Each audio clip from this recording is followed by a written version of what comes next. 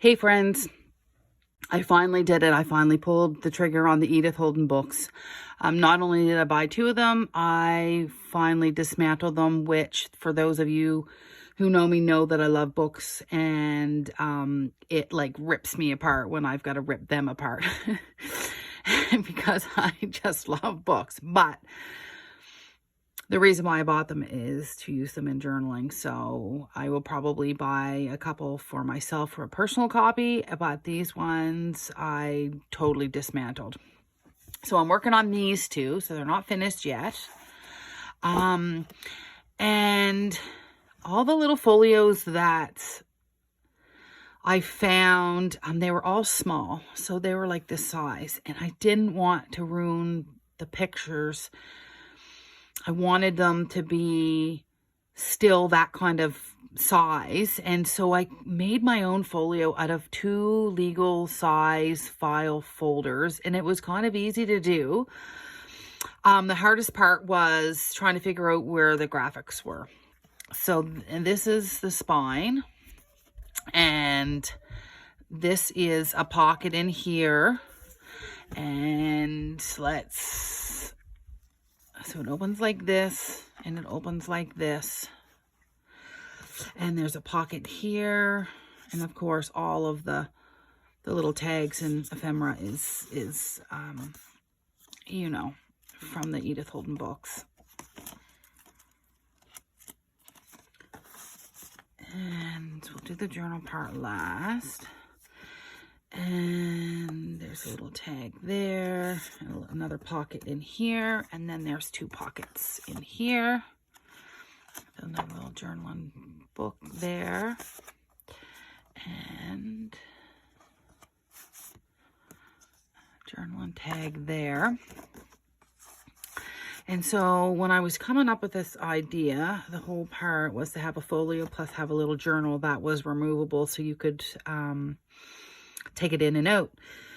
So what I did was I kept the size of this front page, and then when I was putting it together, all of the little pages were smaller here, and then when I went to put it in the folio, it was biting into here. So then I came up with using acetate. So this is a piece of acetate, and I just added some graphics on the side so it kind of protects. Let's take this right out so it's removable, of course. So it kind of protects that in there, and that one page, the cover page, and it actually just removes right off. The cover page, that is a little bit bigger than the journaling pages inside, so it was actually biting into here, and I didn't want that, so I tried to protect it a little bit. So this is just like a protection cover, and then some avocado dye, some ledger, more avocado dye. There's a pocket in here.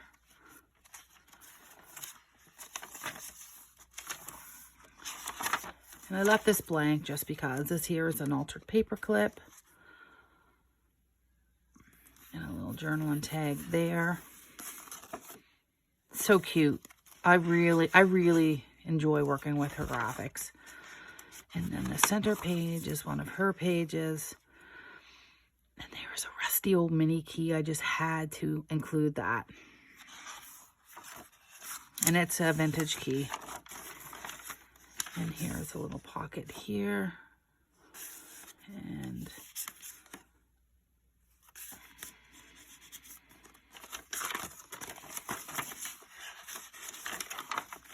I left these blank on purpose. I'll probably stamp some notes across the top. And then the back page here was, of course, the other side of the front page, and I probably will put a little pocket here, probably to cover up that maybe. And that is it. And my first intentions was to use elastic, but the elastic bit right into that. So I just used string. And that is it. And the size is the size of her books. I'll post it. So it can either go like this, to have that as a front page, or like that. So that's the first one. And these two aren't done, but they're going to be done very soon. So this is kind of like the birds. And then there's a pocket in there, of course, and a pocket here. And this is going to go into the journal, a pocket here and a pocket there, of course.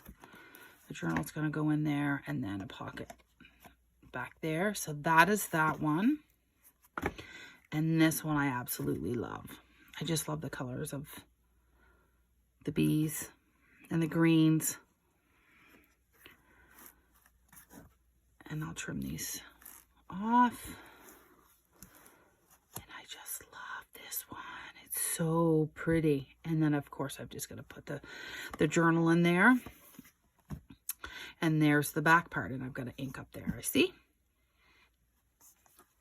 So that is what I've been doing, and I've been having so much fun.